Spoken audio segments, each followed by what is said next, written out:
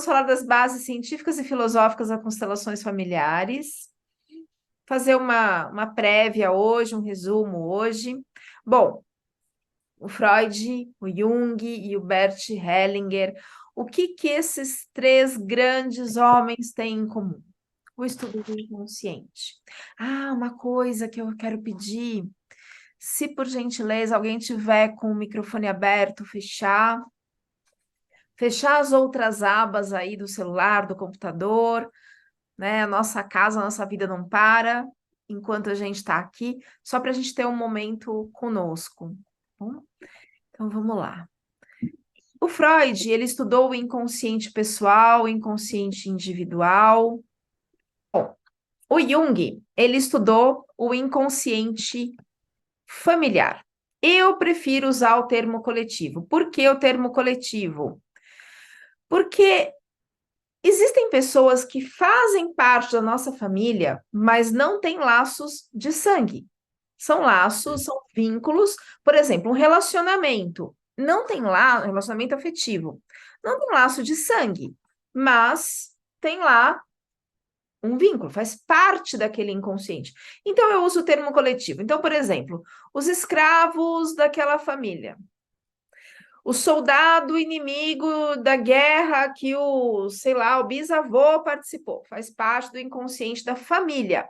Então, para desvincular esse nome, né, laços de sangue, eu uso o termo inconsciente coletivo, mas é o termo inconsciente familiar usado por Jung. O Freud estuda o inconsciente pessoal, individual, como isso nos afeta, mas o Bert Hellinger, ele teve assim um plus. E que plus foi esse? Ele entendeu como esse inconsciente funciona e o que a gente faz para se desidentificar psiquicamente e emocionalmente dele. Alguns equívocos que eu ainda vejo é trabalhar somente o inconsciente coletivo, familiar, ancestral e esquecer do inconsciente pessoal. Porque assim, não adianta nada a gente falar lá do nosso bisavô, tal, e esquecer do nosso vínculo. O que tem em mim, no meu inconsciente pessoal, individual, que eu estou conectada naquela dor. Existe algo em mim que me conecta. E o Bert Hellinger trouxe esse entendimento. Então vamos lá. O Bert Hellinger, ele é alemão, foi alemão, né? Ele faleceu em 2019. E aos 16 anos, ele serviu a Segunda Guerra. Ele não teve opção. Ele era alemão, morava na Alemanha, estourou a guerra. Aliás, com 9 anos de idade, ele já era um inimigo do povo declarado.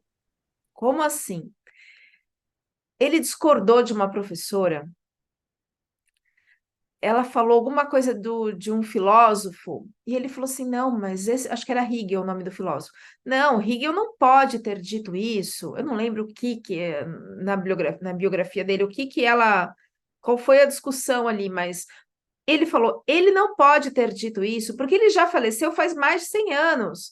Então a senhora está trocando, não foi ele que disse tal coisa.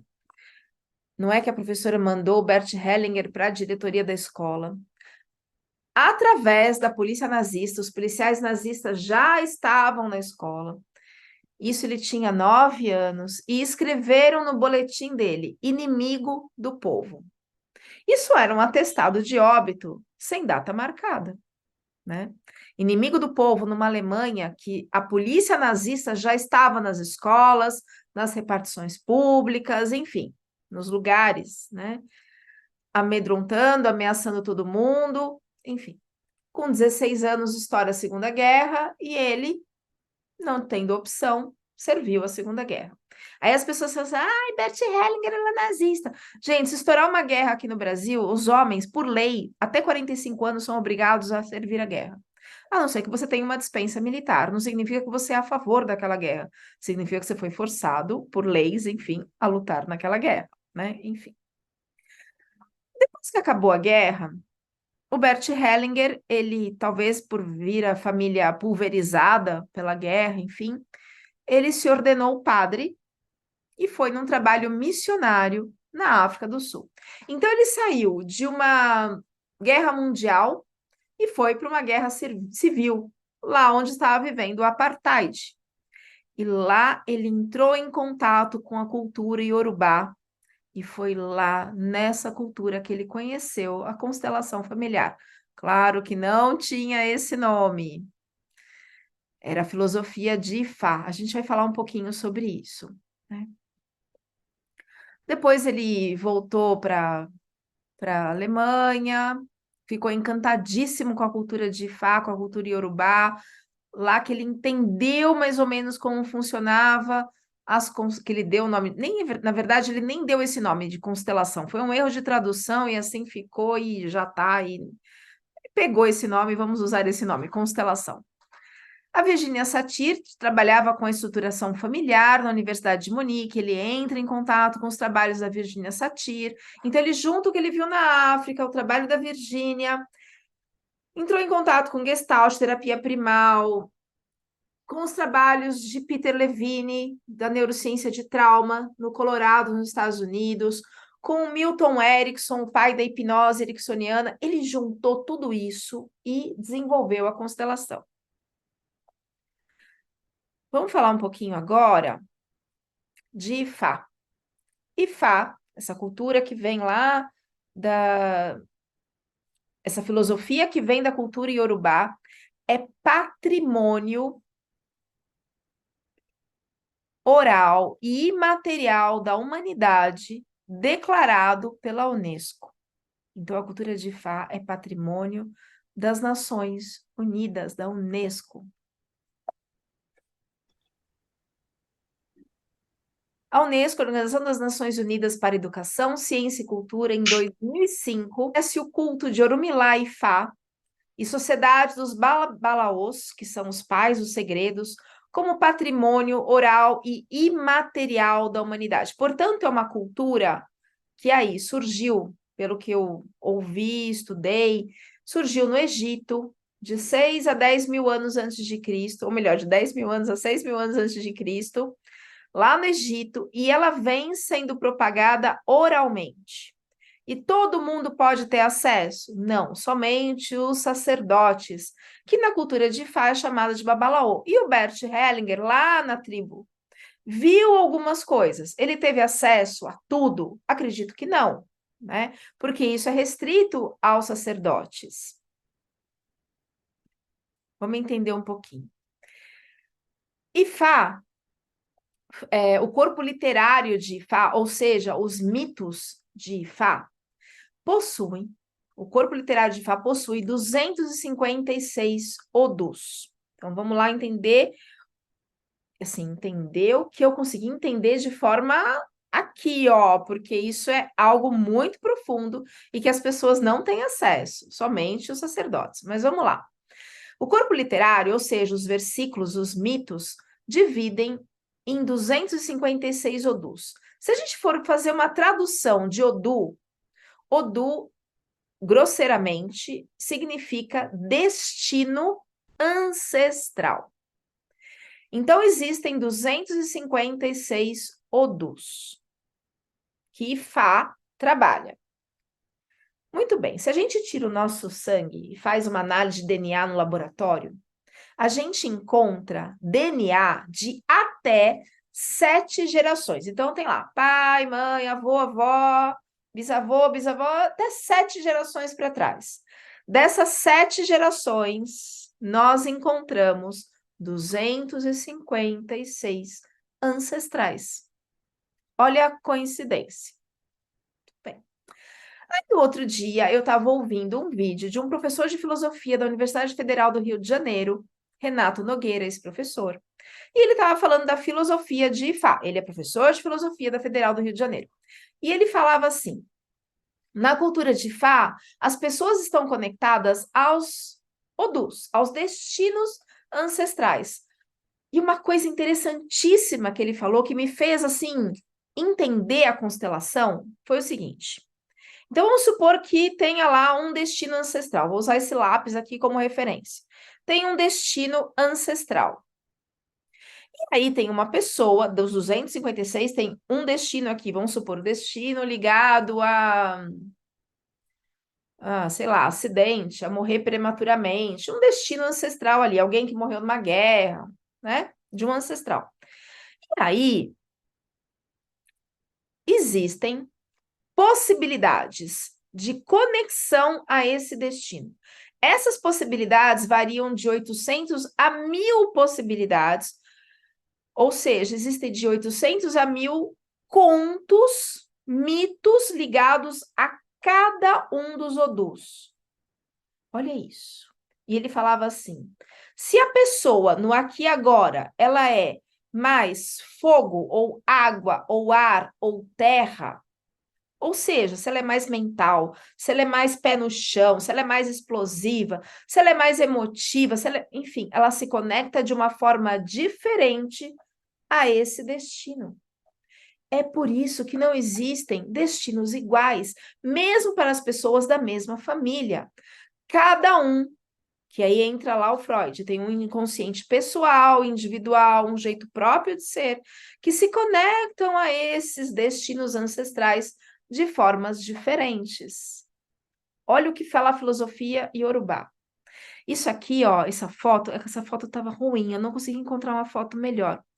É uma corrente, não sei se eu posso usar esse nome, do jogo de Opelé e Fá. Isso aqui é um Opelé, né? E Fá é um oráculo que lê o destino ancestral da pessoa. E quem lê esse oráculo? O Babalaô, o sacerdote. Babalaô, na tradução, é pai dos segredos. São umas casquinhas que, ó, parece uma noz. É uma semente, um fruto que o elefante come em formato que nem uma noz. Ela se abre, né? Tira lá a semente de dentro, e aí elas estão cortadas aqui, ó. Uma parte. E aí o Babalaô faz as orações lá e joga, e se cai, uma virada de um jeito, outra do outro, enfim, são 256 combinações. E aí ele vai ler o destino ancestral daquela pessoa que está fazendo o jogo. É isso. Grosseiramente, né? Isso, deve ser muito mais que isso, enfim. Então, cada conto que são contados pelos sacerdotes em linguagem poética. Ele fala assim: diz o conto que aquela pessoa, quando foi casar, ela não consultou, sei lá quem, e aí ela escolheu errado. Então, ele conta uma história para contar aquele destino ancestral. Esses versos refletem a história, a linguagem, crenças, visão de mundo, questões sociais contemporâneas, além de refletir as emoções humanas. A palavra, que ficou bem em cima aqui. A palavra Odu vem da língua Yorubá, que significa destino. Cada homem, cada ser, cada pessoa possui o seu destino, que se assemelham a outros destinos, mas sempre com alguma particularidade. Odu é o destino de cada um. Só que fala assim, fulano tem um Odu tal. Mas não é só isso. Então, o que tem naquela pessoa? Quais são as emoções? Quais são as dores? Quais são as vivências daquela família, diferente daquela outra família conectada nesse destino? Então, eu sempre digo que uma constelação, ela é um passo no escuro. É ler aquele inconsciente, entender o que aquela pessoa está trazendo ali, é uma costura, é um quebra-cabeça. Não existe nada igual. E aí, outro dia, eu achei naquele livro, acho que foi o Ordens da Ajuda, que tem aquela capa roxinha. Eu não tô com ele aqui. Tem lá no prefácio, na introdução, dizendo que Bert Hellinger nunca ditou padrões. E se a pessoa, por quê? Porque todos os seminários dele foram de ensino e aprendizagem. Então, ele colocava a pessoa no palco, constelava, pegava o microfone e falava: olha, essa constelação aqui significa isso, isso e isso. E como o alemão fala muito de uma forma. Acho que é um tempo verbal mais imperativo. O pode ser, o talvez. E ele estava falando daquela constelação. Então, ele estava afirmando o destino, né? Só que aquilo foi transcrito, virou livro, e aí as pessoas, como virou livro, acabou eternizando algo que, na verdade, ele estava falando de um ponto específico. Ele estava falando daquela família, daquela situação, daquela pessoa. E aí, se a gente for olhar no prefácio do livro, a gente vai perceber que é muito mais do que isso, que ele não estava ditando regras, que ele não estava ditando padrões, nada disso. Tá? Isso aqui é uma outra semente, são chamadas de iquins, que o sacerdote também joga. Eu nunca vi jogar iquim, eu sei que é ligado a Ifá. Então, os iquins, ou opelé Ifá, que é aquilo lá, não são búzios, ó. Ele é aberto aqui embaixo, tá vendo? Eles são sementinhas que os elefantes comem. Essa foto não tá muito boa, preciso achar uma outra. Revela o Odu placentário ou Odu ancestral. E lá nos rituais faz a neuroplasticidade para mudar aquele destino, ok? Rupert Sheldrake é um biólogo inglês extremamente atual, ainda bem. Porque senão ele estaria numa fogueira com as coisas que ele diz. Ele dá aula em Cambridge. Ele fala da ressonância mórfica. Então, ele tem aquela teoria do centésimo macaco. Não sei se já ouviram falar.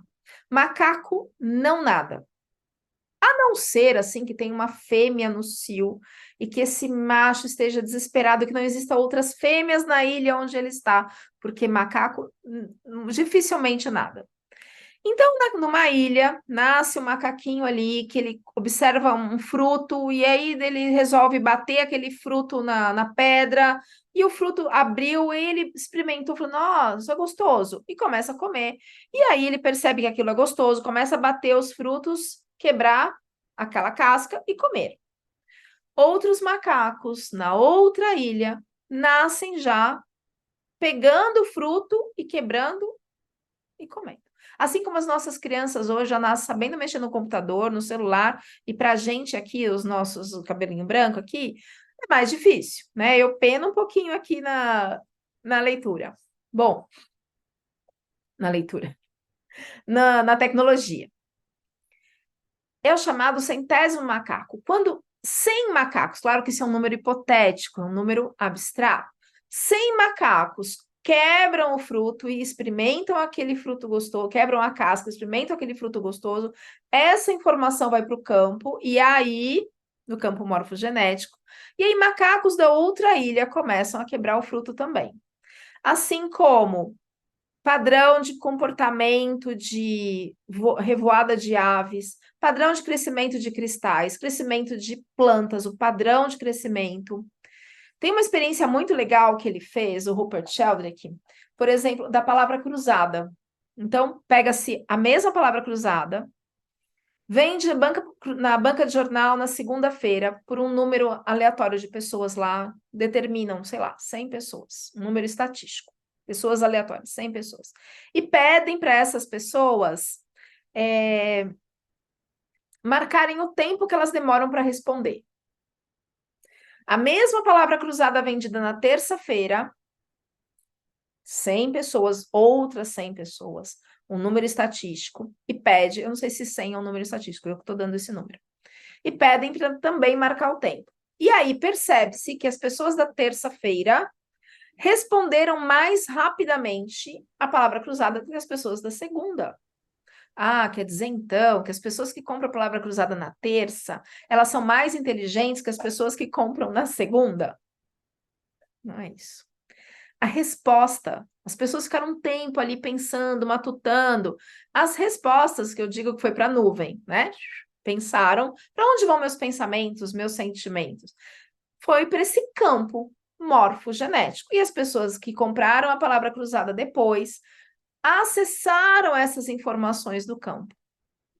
Tem um outro experimento aqui com um cachorro.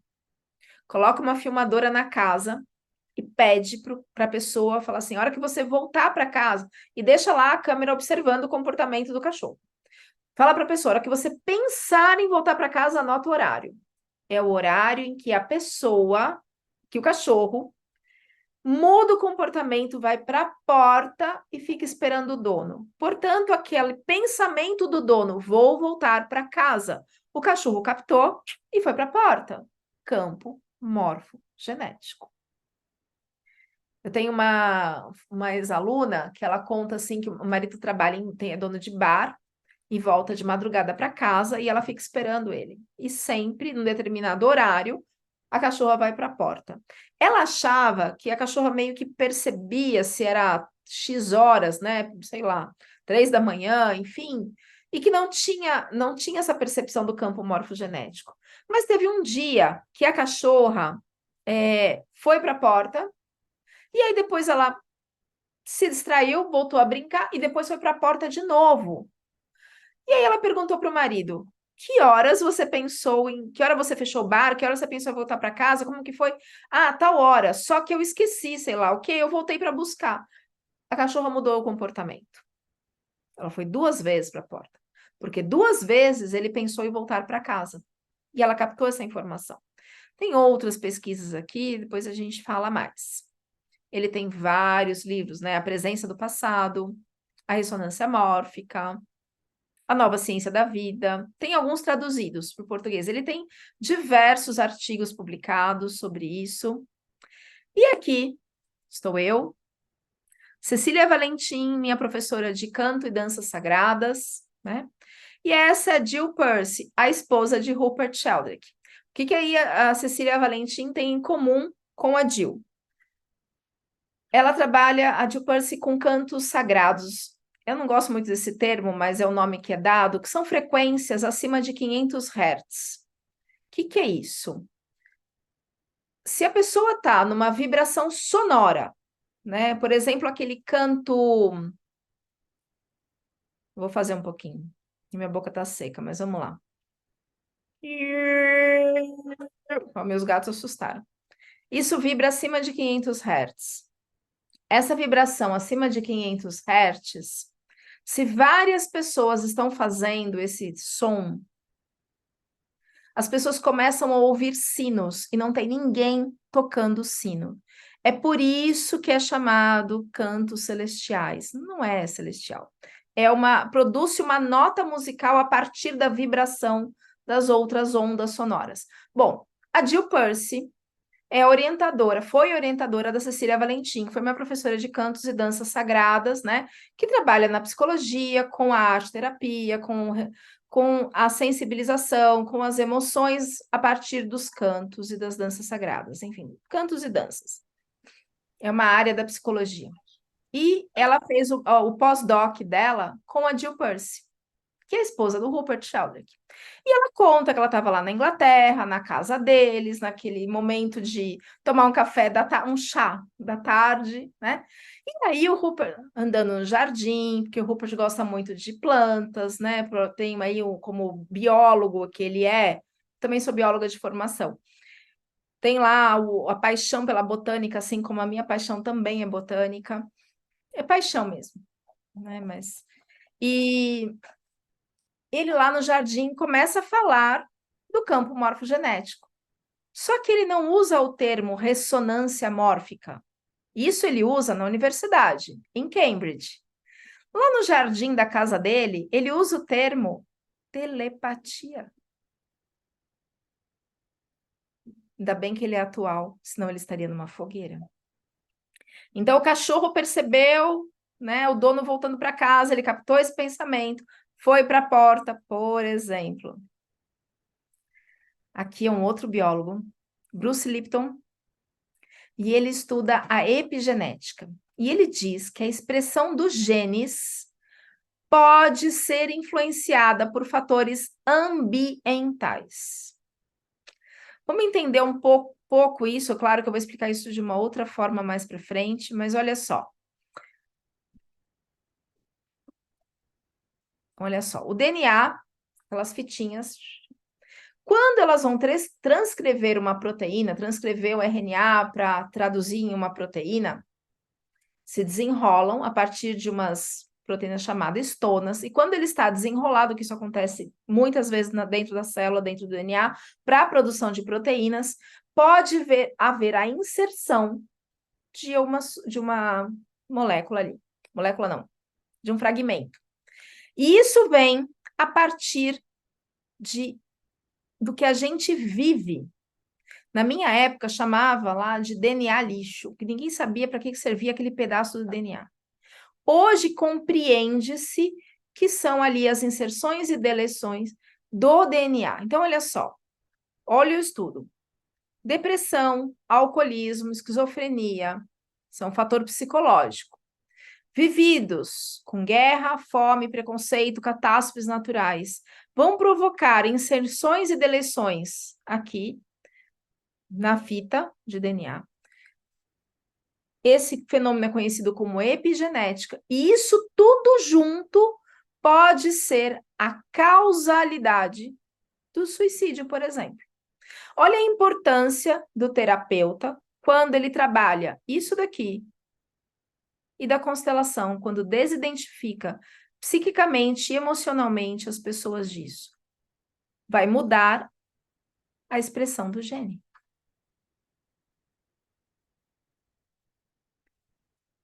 Eu vou passar um vídeo sobre isso, mas antes disso, deixa eu olhar para a carinha de vocês. Vocês estão muito assustados quando eu digo isso? Tá fazendo sentido entender ou saber que é importante a gente, como terapeuta, entender o que a gente está fazendo? Entender pelo menos aonde que a gente atua? Faz sentido isso? Se faz sentido, levanta a mão para eu saber se nós estamos conversando dentro do mesmo joia. Ou escreve no chat, sim, enfim. Ok, ótimo, obrigada. Não tô falando assim, será que eu tô falando sozinha? Tô que nem uma louca aqui, ok. Joia. Eu vou passar esse vídeo, ele é muito curtinho, ele tem, acho que 2 minutos. Infelizmente eu não consigo aumentar a velocidade, mas ele é rapidinho, quer ver? O cheiro doce de frutas normalmente não faz com que ratos saiam correndo, mas quando pesquisadores juntaram o odor frutado e amendoado da cetofenona com um poderoso choque elétrico, ratos de laboratório rapidamente passaram a temê-lo. Com o passar do tempo, neurônios extras surgiram em seus narizes e na parte do cérebro responsável pelo processamento de cheiros, deixando-os supersensíveis ao cheiro. Esse resultado não é chocante, mas o que é realmente curioso é que os filhotes desses ratos e os filhos depois desses também se assustavam com o cheiro de acetofenona e tinham os mesmos neurônios extras, mesmo sem nunca terem conhecido seus pais ou o cheiro. Mas como eles poderiam ter herdado algo que seus pais aprenderam? A genética básica nos ensina que somente o DNA é passado para os descendentes. Características como memória, cicatriz ou músculos não são transmitidas, já que a sua aquisição não altera o código genético. Mas acontece que instigar medo nos ratos acabou desencadeando mudanças genéticas, não na sequência do DNA, mas em vez disso, na forma como esse código foi lido e usado no corpo dos ratos. Dentro de cada célula, uma máquina biológica constantemente transforma o DNA nas proteínas necessárias para o funcionamento de vários processos vitais. Interruptores químicos ligados ao DNA ativam ou desativam genes, informando a máquina quais e quanto de cada proteína produzir. É por causa desses interruptores, chamados de marcas epigenéticas, que as células dos rins parecem e agem de forma diferente de uma célula da pele ou nervosa, apesar do DNA de ambas as células serem idênticos. Mas os interruptores das células estão sujeitos a estímulos externos. Ao ensinar os ratos que deveriam ter medo do cheiro de fruta, um dos seus genes responsáveis pelo olfato saiu do controle. Pesquisadores não sabem todos os lugares do corpo do rato onde isso aconteceu, mas sabem que aconteceu em um lugar, nas células de esperma dos ratos, que um dia irá passar esse material genético alterado, fazendo a próxima geração de ratos supersensíveis à cetofenona. Os roedores não são as únicas criaturas que possuem esse tipo estranho de herança. Em Overkalix, na Suécia, garotos que passaram fome durante o inverno acabaram tendo filhos super saudáveis, com riscos extremamente baixos de doenças cardíacas e diabetes. E seus netos tiveram a mesma saúde excelente, chegando a viver incríveis 32 anos a mais, em média, do que os netos de garotos que não passaram fome. Só para deixar claro, isso não significa que devemos deixar nossos filhos passar fome em prol das gerações futuras. Os cientistas não fazem ideia ainda de quais genes foram afetados pela fome. Embora sejamos capazes de relacionar alterações epigenéticas com melhorias de saúde nos ratos, estamos muito distantes ainda de poder fazer o mesmo com os seres humanos. Isso pode parecer algo ruim, mas o principal motivo é porque não vivemos em um ambiente controlado, que é o laboratório. Ainda bem. Esse foi o Minuto da Terra. Se você gostou de... Então, olha só. O que a gente sabe é que as células sexuais, né, os gametas, os óvulos, espermatozoides, foram afetados pelo cheiro da fruta associado àquele choque, né? Então, medo do cheiro da fruta. E isso foi transmitido geneticamente. Aqueles filhotes não tiveram contato. É que eu engoli pelo aqui de gato. Aqueles filhotes não tiveram contato com o choque, mas os filhos deles não tiveram contato e já nasceram com medo daquele cheiro. Portanto, esse medo foi transmitido geneticamente, epigeneticamente, né? Foi uma inserção ali naquele DNA. E qual DNA? No caso das células sexuais. Se a inserção ou a deleção, enfim, não for numa célula sexual, isso não é transmitido geneticamente.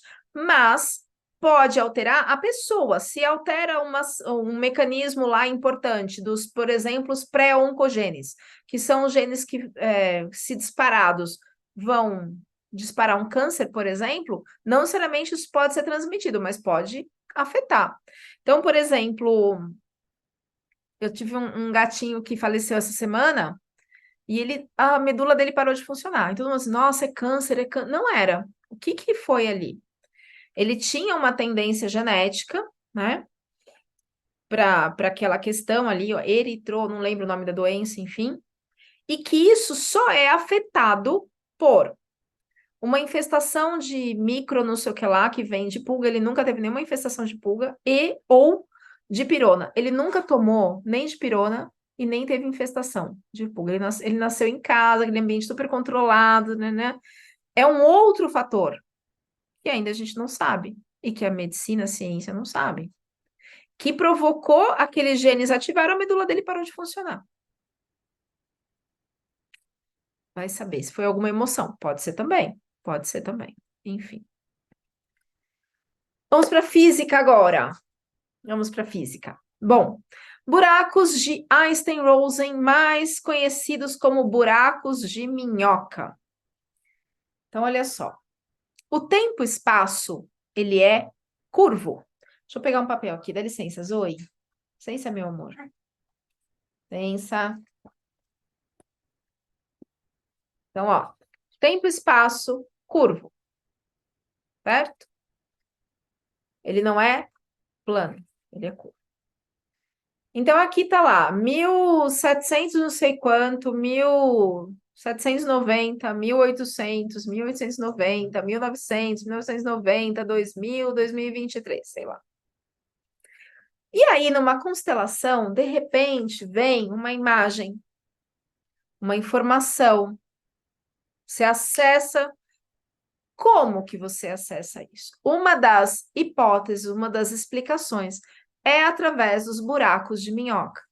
Então, se eu estou aqui em 1600, 1700, não sei quanto, e aqui eu estou em 2023, forma-se uma comunicação aqui chamado buraco de minhoca ou buraco de Einstein-Rosen, que foi calculada pelo Einstein e por Rosen, que eu não sei quem é. Enfim. A informação, ela demora muito se ela vier por aqui. Se ela pegar alguns atalhos que existem na dobra tempo-espaço, meu gato fica da mesa, na dobra tempo-espaço, as informações chegam mais rápido. E nós acessamos essas informações numa constelação, por exemplo. Existem técnicas para acessar isso, que a gente vai conversar depois. Outro dia eu estava ouvindo uma pessoa falando assim que ela tem uma vidência assim fenomenal, essa pessoa, mas é fenomenal. Ela fala assim: eu sei o que vai acontecer, mas eu nunca posso afirmar com certeza o que vai acontecer. Eu falei, como assim? Ela falou, eu vejo, olha que coisa louca, né? A imagem que aparece na mente dela. Ela falou assim: eu vejo como se fossem uns túneis, e tem uns túneis que brilham mais. E aí a probabilidade daquilo acontecer, daquela por ali, onde está brilhando mais, do que a outra imagem, que brilha um pouco menos. Então, provavelmente, aquilo que brilha mais vai acontecer, e não aquilo que brilha menos. Mas Como livre-arbítrio é soberano, pode ser que a pessoa mude de ideia e aconteça o outro. E a hora que ela falou, eu vejo túneis que brilham mais, outros que brilham menos, eu falei, ela tá vendo os buracos de minhoca. E eu pensei aqui, não posso afirmar nada. Enfim. Teoria das cordas, uma outra parte da física. Na minha época, eu não vou falar a minha idade, mas na minha época, a gente só aprendia assim, prótons, elétrons e nêutrons. Acabou. Não se falava mais. Hoje em dia, fala-se em subpartículas atômicas, falam-se em quarks. Os quarks são formados, deixa eu levantar esse negócio aqui, são formados por cordas. Essas cordas podem ser abertas ou elas podem ser fechadas. E são elas, segundo a física, que transitam entre as dimensões. Então, nós não vamos pirar. Deixa eu só ler um pouquinho o chat aqui. Ok, ótimo. Mudamos o DNA, Adriana, é isso mesmo. Alteramos o nosso DNA por epigenética. As emoções afetam o DNA. Voltando aqui. Então, essas cordas atravessam as dimensões. Eu falei, pronto, a física já está pirando. Como assim atravessam dimensões? Existem, pela ciência, calculadas matematicamente 11 dimensões. Não me perguntem onde elas estão. Nós vivemos aqui na 3D, na terceira dimensão, certo? Tudo tridimensional. Eu sou bastante tridimensional. E existe a quarta dimensão, que é linear, que é o tempo. Passado, presente, futuro. Passado, presente, futuro. Tem gente que é assim, passado, presente, futuro, tem gente... mas ela é linear. E as cordas, que são são formadas pelas subpartículas dos átomos, os quarks, atravessam ali essas dimensões, levando uma corda, uma informação através de uma corda de uma dimensão para outra. Não é demais isso? Deixa eu voltar um pouquinho assim. Imagine faz de conta que isso aqui é um pão. Certo? E aí, nós vamos fatiar esse pão, 11 fatias. Então, uma informação vivida aqui, por esses átomos, por esses quarks, por essas cordas, eles vão transitar e vão passar lá para outra dimensão. Modificar as informações. Como assim modificar? Então, a partir do momento que eu acesso uma informação de um pentaavô aqui, certo? Aquela guerra, eu vi aquela guerra, se isso vem por buraco de minhoca, se são os quarks que atravessam os buracos de minhoca, as cordas que atravessam os buracos de minhoca e trazem essa informação para o hoje, para o aqui e agora. Numa constelação, eu uso as falas de cura. Sinto muito, se você viveu essa guerra aqui, hoje eu faço diferente. Essa nova informação viaja nesse tempo e espaço, vai lá para a dimensão do meu avô, bisavô, tataravô. Eu vou mudar o que aconteceu aqui? Não. Nem amnésia, nem vodka muda o que aconteceu lá com meu avô, com meu bisavô, tataravô. Mas eu levo uma nova informação e eu trago uma informação e tenho um entendimento de muitas coisas que eu não entendia o porquê do comportamento, do funcionamento, de como eu estou vinculada a isso. O Hawkins, Stephen Hawkins, ele tentou misturar, sei lá, unir a teoria das cordas, da supersimetria e da supergravidade, que diz onde matéria e campo são formadas por membranas, que o universo flui entre 11 dimensões. Ele morreu sem conseguir provar. Eu aqui, esse físico, o mais famoso de todos os tempos atuais, que morreu recentemente, não conseguiu, ele e Einstein, né? Não conseguiu provar, vou eu falar aqui de teoria M, que junta a teoria das cordas com o campo e matéria das 11 dimensões. Não, não, ele morreu sem conseguir provar. Tem muita coisa ainda para a gente aprender, né? A gente não é nada no universo, nada. Bom, tem um outro aqui, a teoria da dupla fenda. Essa teoria é antiga, mas ao mesmo tempo ela é tão atual. Ela é antiga porque ela é postulada por Thomas Jung. Ele morreu em 1829, é muito antiga. Mas ele, na teoria dele, ele afirmava que nós criamos a nossa realidade, nós alteramos com a nossa interferência, só de olhar, só de observar, a gente altera a informação, claro. Porque se eu faço parte do meio, claro assim, né? Se eu faço parte do meio, desse meio ambiente, dessa família, e a hora que eu entendo o comportamento daquela pessoa, por exemplo, eu vou falar na constelação, a hora que eu entendo o comportamento daquela pessoa, eu falo, eu já atuo de uma forma diferente. O meu olhar sobre ela já mudou. E aí eu já alterei essa informação, porque eu já estou mandando uma informação diferente, seja ela de compreensão, de mais amor, enfim, né? Mas na física, como que isso funciona?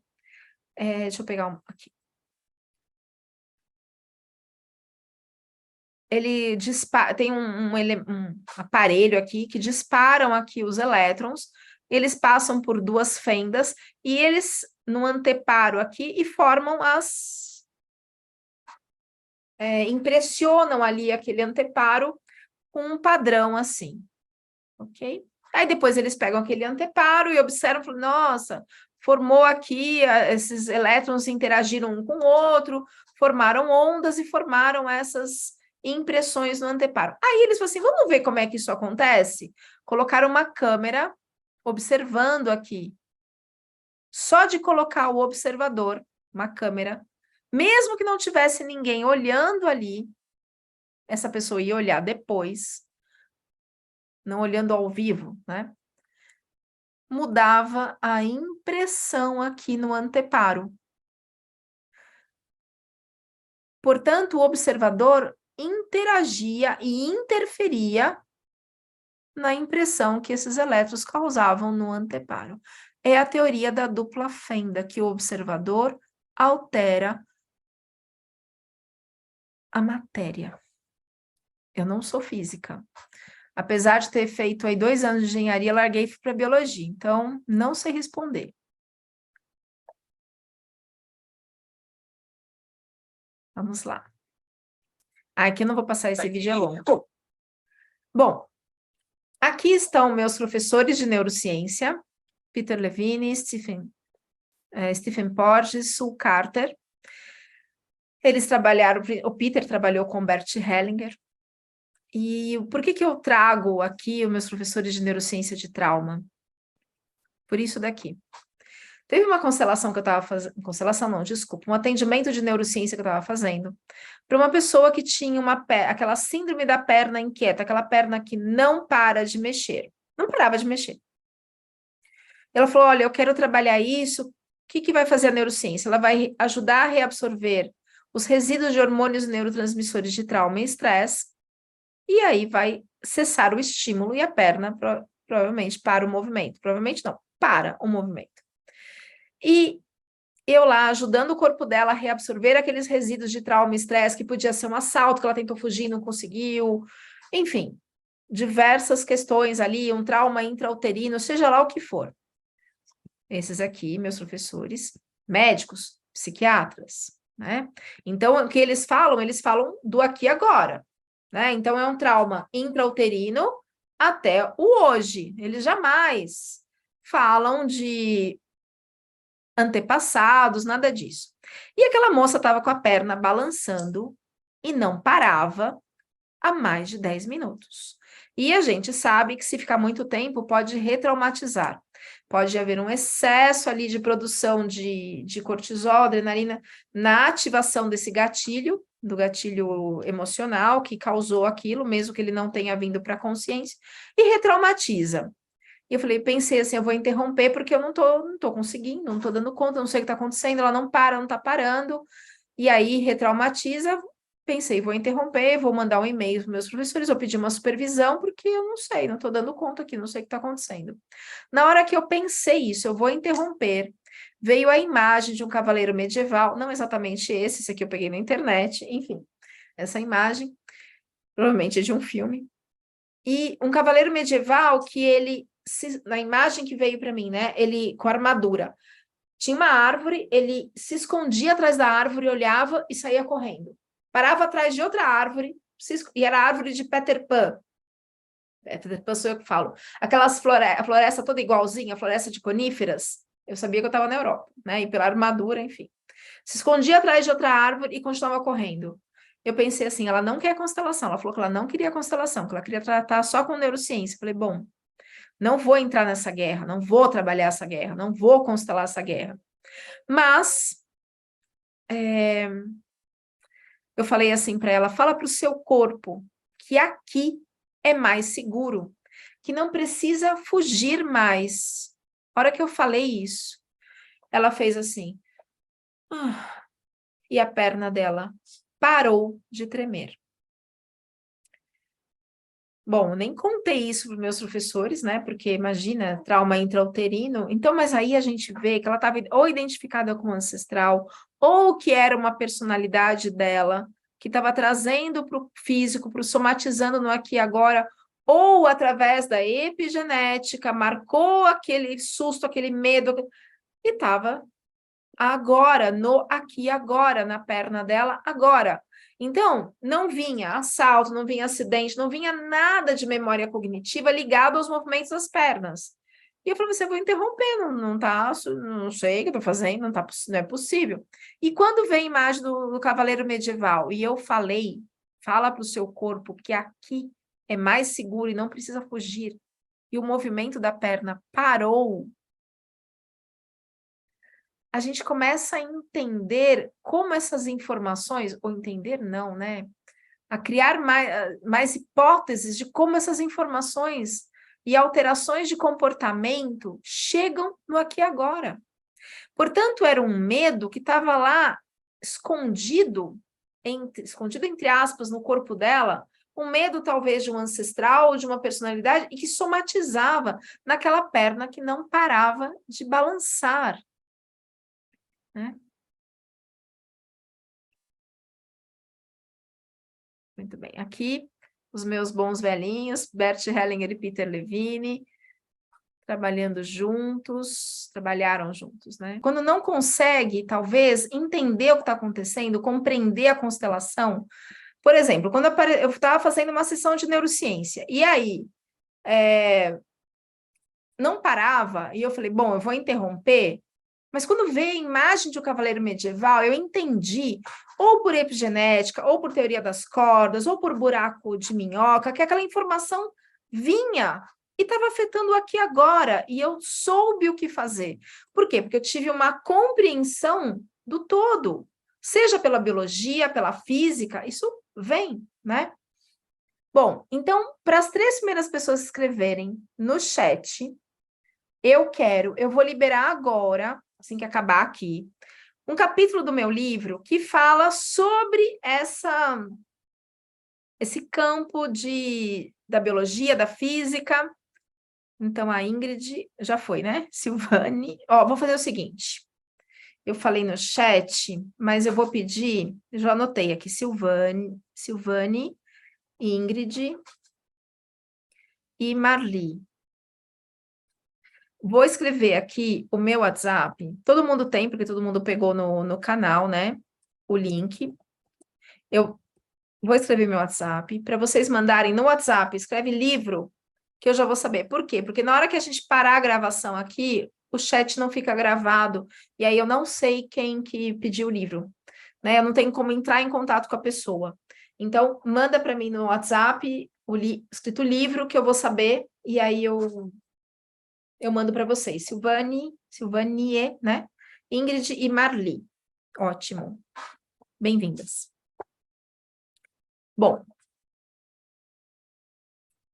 E agora eu gostaria de pedir licença para todas vocês, pedir autorização para todas vocês, para compartilhar um pouquinho sobre o meu curso de bases científicas e filosóficas da constelação familiar.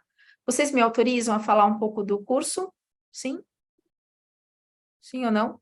Levanta a mão se sim, ou põe no chat para eu falar um pouquinho do curso das bases científicas e filosóficas da constelação. Joia, obrigada. Então, vamos lá. Bom, a título de comparação, uma constelação, ela custa, em média, né, de uma pesquisa de mercado atual, de R$300 a R$1.500, dependendo da experiência do constelador. Tem constelador que cobra em torno de R$4.000 uma constelação, né? Existe. São pessoas que estão aí há, sei lá, 25 anos no mercado, eu estou há 17 anos constelando. Então, dependendo da experiência do constelador, esse é o valor da constelação. Só para a gente ter um pouquinho aqui dos noções dos parâmetros. A título de comparação, um grande constelador, grande porque ele é anterior a mim, a faixa de preços dele de uma constelação é essa daqui. E um módulo do curso dele custa R$3.600. O módulo, tá? E ele não fala da apometria, ele não fala da neurociência, ele não fala das bases científicas, ele não fala da astrologia sistêmica, ele não fala das possíveis causas, dos falsos diagnósticos de déficit de atenção e hiperatividade, como tratar isso, bom, enfim. Então, a título de comparação, tá? R$3.600 o módulo dele. Bem? O meu curso, o módulo, ele custa R$1.058, o módulo do curso. Mas eu vou dar esse curso, essa imersão de bases científicas e filosóficas da constelação familiar, nos dias 29 e 30 de julho, das 10h30 às 4h30, 100% online. Mas, para esse grupo que está aqui, para todas as pessoas que estão aqui, eu vou dar um desconto de 53%. Mas antes disso, deixa eu falar dos bônus. Vão ganhar aulas extras, um e-book, e a mentoria supervisão, que custa R$180, vai ser gratuita. Então, esses bônus que eu acabei de falar, inclui certificado, material didático, acompanhamento em grupos de estudos, garantia de 7 dias. As aulas serão em 2 dias, sábado e domingo, ao vivo, com mentoria, com prática, com teoria e prática, das 10h30 às 4h30, sábado e domingo. Acesso a 1 ano às aulas que ficarão gravadas, com mais de 12 horas de conteúdo, e o WhatsApp de suporte. Então, as pessoas que estão aqui, que são minhas ex-alunas, elas sabem que é isso mesmo aqui, tem suporte, a pessoa fala direto comigo, assiste às aulas gravadas, além de participar das aulas teóricas. Tem direito também, esqueci de escrever, tem direito também a participar no outro ciclo, no outro ano, da reciclagem, se a pessoa quiser, né, por um valor diferente. Então, apenas hoje, somente para esse grupo, para 5 primeiras pessoas, eu vou dar 53% de desconto. Então, quem quiser, manda no meu WhatsApp, de novo WhatsApp, por quê? Porque a hora que para a gravação aqui, eu não sei quem que quer, quem que não quer. Escreve. Então, ó, o preço original de R$1.058 à vista vai sair por R$497 à vista, ou ainda pode parcelar 12 parcelas de R$52,81. Tá? Somente para 5 primeiras. Então, vai escrever, eu quero, no meu WhatsApp, e me dizer a forma de pagamento, se é à vista, se é por Pix, ou se prefere a prazo, aí eu mando o link do cartão de crédito. E também se você quer uma forma diferente, eu vou fazer uma parte em dinheiro e a outra parte, sei lá, parcelar em tantas vezes. Me manda no WhatsApp e essa oferta é válida somente até hoje. Hoje acaba à meia-noite, só até hoje, tá? E aí, se não, se me ligar amanhã, aí é o preço cheio, R$1.058, tá? Que também pode parcelar, enfim, não precisa ser à vista. À vista é R$1.058, parcelar sai um pouco mais caro, porque tem aí as taxas que banco não dá dinheiro ao longo do tempo para ninguém, né? Então, à vista 497 para 5 primeiras pessoas que mandarem no meu WhatsApp.